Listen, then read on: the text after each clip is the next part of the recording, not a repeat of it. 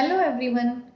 Finally IBPS के exams start हो रहे हैं कल से, मतलब कल और परसों आप लोगों का एग्ज़ाम है। तो सबसे पहले बेस्ट विशेस सभी स्टूडेंट्स को, जो भी सभी एस्पिरेंट्स को जो भी अपेयर होने जा रहे हैं।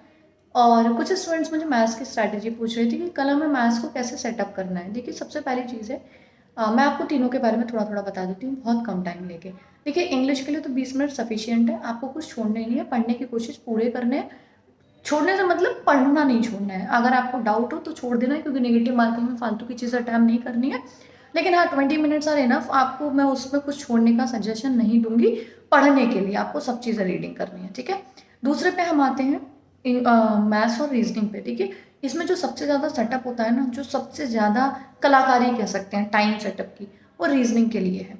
मैथ्स में भी देखिए क्या होता है ना, मान लीजिए 5 नंबर या 4 नंबर की आपकी डीआई आती है, 5 नंबर की आपकी इनइक्वलिटी आती है, 5 नंबर की सीरीज आती है।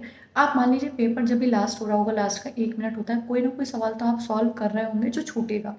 तो वो एक ही छूटेगा। मान लीजिए आप सीरीज सॉल्व कर रहे हैं, तो लास्ट की एक सीरीज ही तो छूटेगी जो आप कर रहे होगे। इनइक्वलिटी में लास्ट का ही तो छूटेगा। या डीआई में भी सवाल कर रहे होगे, तो वो अलग अलग अपनी सबकी वैल्यूज होती हैं, हमें उसके हिसाब से निकालना होता है। लेकिन रीजनिंग में अगर लास्ट में पजल छूटी ना, मान लीजिए आप पजल सॉल्व कर रहे हैं, आप ऑलरेडी उसको 2 मिनट दे चुके हैं, आपने टाइम सही सेट नहीं किया, लास्ट का जो टाइम था वो अप हो गया, अब आप उस पजल को सॉल्व भी नहीं कर पाए, वो 5 की 5 सीधे सवाल रह गए। तो जो हमें रीजनिंग में सेटअप करना है ना, वो बहुत टाइम का सेटअप, माइंड गेम खेलना है कि हमें कौन से सवालों को ईजी को थोड़ा पहले करना है, फिर डिफिकल्ट को उठाना है, फिर लास्ट के लिए दोबारा से वन वन यानी मिसलेनियस सवालों को छोड़ देना है, ताकि आपके लास्ट में जो सवाल बचे भी वो वन वन वाला बचे। ऐसा ना हो कि आप पजल सॉल्व कर रहे हो, वो सीधा 5 के 5 सवाल जाए, है ना। तो मैथ्स के लिए इतनी कोई खास स्ट्रैटेजी नहीं है आपको हाँ, बहुत ज़्यादा टफ सवाल फर्स्ट अटेम्प्ट में मत उठाइए। पहले कोशिश कीजिए, जो भी आपको लगता है सीरीज है, क्वाड्रेटिक इक्वेशन है, या कोई इजी सी डीआई है, उसे उठाइए। उससे मोटिवेशन गेन हो जाएगा, एंड देन आप उसको आराम से कर सकते हो। और अगर कोई लास्ट जो क्वेश्चन छूटेगा भी, वो एक क्वेश्चन छूटेगा। लेकिन रीजनिंग में पजल और सिटिंग अरेंजमेंट में बहुत बड़ा लोचा हो जाता है।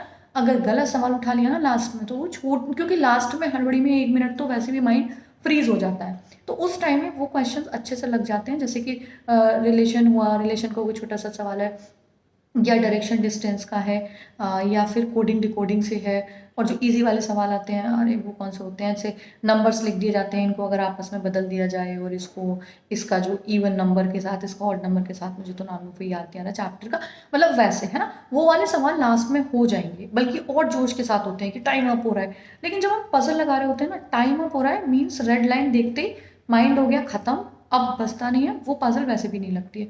तो पजल और सेटिंग अरेंजमेंट की टाइमिंग बहुत परफेक्टली सेट कर दी है, कब हमें उसको उठाना है, कब हमें उसे छोड़ देना है, ठीक है ना। और मैथ्स में ऐसे कोई खास नहीं है, आप उठाइए आपको जो सवाल, लेकिन पहले इजी उठा लीजिए 8-10 सवाल, एंड देन फिर आप करते जाइए कंटिन्यू, ठीक है। तो मैथ्स और इंग्लिश का इतना नहीं है, रीजनिंग को ज़रूर आप फोकस करना है, ठीक है ना। बाकी ऑल द बेस्ट, सब अच्छा होगा। बहुत पॉजिटिव माइंड से जाइए, पॉजिटिव माइंड वर्दी होता है, बहुत ही अच्छा होता है पॉजिटिविटी, है ना। तो आप पॉजिटिविटी के साथ एग्जाम दीजिए, everything will be in your favour, ठीक है। Okay, best wishes.